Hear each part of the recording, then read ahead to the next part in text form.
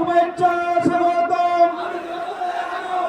আমির জামাতের আগমন, প্রধান অতিথির আগমন, শুভেচ্ছা স্বাগতম।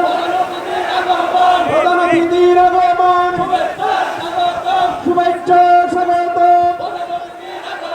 11 আসনের পক্ষ থেকে লাল গোলাপ ইসলামের সংগ্রামে আমের মানবের অন্যতম স্বপ্নদ্রষ্টা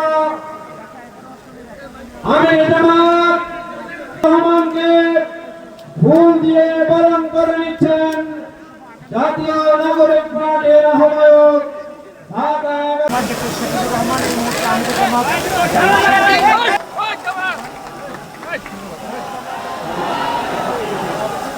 ভাই আপনার উপরে কি ভাই